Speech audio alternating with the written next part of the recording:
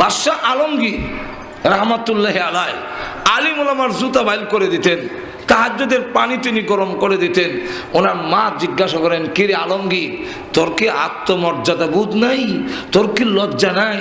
মোল্লার জুতোও ভাড়া না, কাপড় চোপড়ও ভাড়া না, আর তুই একটা বাদশার ঘরের বাদশা হইয়া তুই মোল্লার জুতা বাইল করে দেশ কেনে? তোর কি মর্যাদায় লাগে না? ঘুমাই গেছেন নাকি আল্লাহ?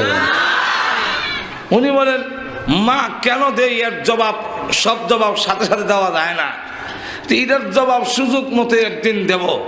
আল্লাহর কি মর্জি, একদিন মা এবং ছেলে রাজবাড়ির থেকে বের হয়েছেন, বের হয়ে দেখে যে একটা গাভীর উপরে একটা ষাঁড় উঠে যাচ্ছে।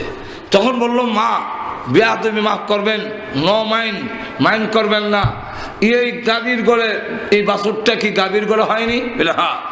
এটার উপরে এখন উঠে যাচ্ছে, এই গাভীর গড়ে হয়ে এই ষাঁড় হয়েছে, এখন তার মার উপরে উঠে যাচ্ছে। যেমন মা আর ছেলের কোনো পার্থক্য নাই।